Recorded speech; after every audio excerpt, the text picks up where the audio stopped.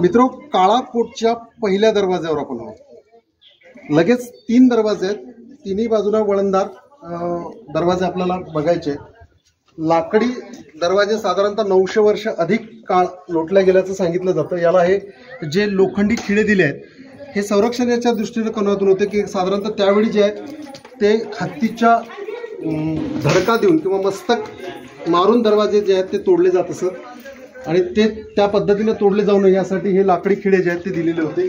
त्याचबरोबर किल्ल्याचं मुख्य द्वार बंद झाल्यानंतर त्याला एक छोटा दरवाजा होता जो सैनिकांसाठी किंवा ये जा करण्यासाठी हा वापरला जात असे। हा मुख्य दरवाजा बंद केल्यानंतर सोबतच लोखंडी पट्ट्या आपल्याला दिसतील की ज्या या लाकडाची मजबूती आणखी वाढवतात।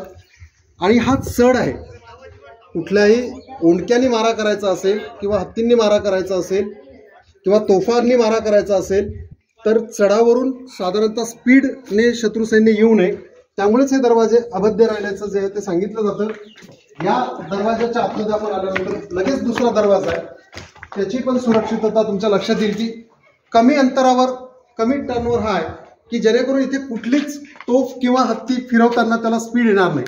वरच्या बाजूला आपण पाहतोय की सैनिकांना उभे राहण्यासाठी जागा आहेत जिथून गरम तेल जे आहे ते ओतलं जाईल किंवा दगडांचा वर्षाव करून शत्रू सैन्य जे आहे ते नामोहरम करता येईल। आतमध्ये आपण आल्यानंतर इकडे देखील काही जागा आहेत। इथे एक तुम्ही रांजणवाजा दगडी एक आपण रचना इथे बघतोय किंवा एक अवशेष बघतोय। पुढे आल्यानंतर पुन्हा तिसऱ्या दरवाजाकडे आपण जातोय। इकडे पण शत्रू सैन्यावर हल्ला करण्यासाठी सैनिकांच्या काही जागा आहेत आणि हा तिसरा दरवाजा इथे आपल्याला दिसेल। याला मृत्यूचा द्वार का म्हणतात किंवा काळा दरवाजा का म्हणतात, काळा कोट का म्हणतात हे तुमच्या लक्षात येईल। रेपो किल्ल्यातला अतिशय सुरक्षित असा हा किल्ला की जो युद्ध करून कोणत्याच राजाला जिंकता आला नाही।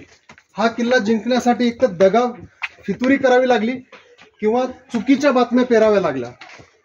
ज्यावेळी इथे परकीय आक्रमण झाले त्यावेळी राखीव सैन्याची 25,000 50,000ची तुकडी जर पाठीमागून येत असेल तर बातम्या अशा पेरल्या गेल्या की 50 लाखाचं सैन्य पाठीमागून येते आणि हा जो मागे उडणारा धुराळा तुम्ही बघता तर हे शत्रू सैन्य तुम्हाला कापून काढेल, तुम्हाला तुमचा जीव द्यावा लागेल।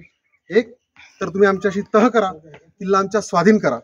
अशा प्रकारच्या चुकीच्या बातम्या पेरून ज्याला प्रोपोगंडा म्हणतात आजही युद्धात हा वापरला जातो।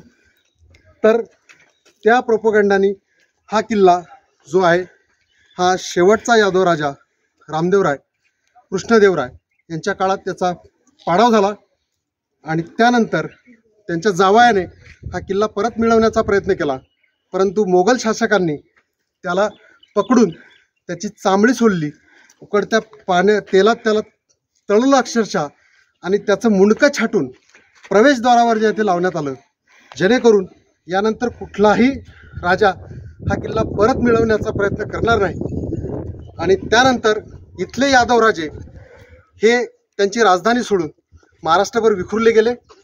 त्यातच ते बुलढाणा जिल्ह्यातील सिंदखेड राजा इथे जाऊन राहिले, ज्याचा अपभ्रंश यादवचा होऊन नंतर जाधव असा झाला, लखुजीराजे जाधव। आणि नंतरचा इतिहास आपल्या सर्वांना ज्ञात आहे। जिजाऊंचं माहेर सिंदखेड राजा आहे। आपल्याला घृष्णेश्वराच्या मंदिराचा जाधवांनी भोसल्यांनी केलेला जीर्णोद्धार देखील माहिती आहे।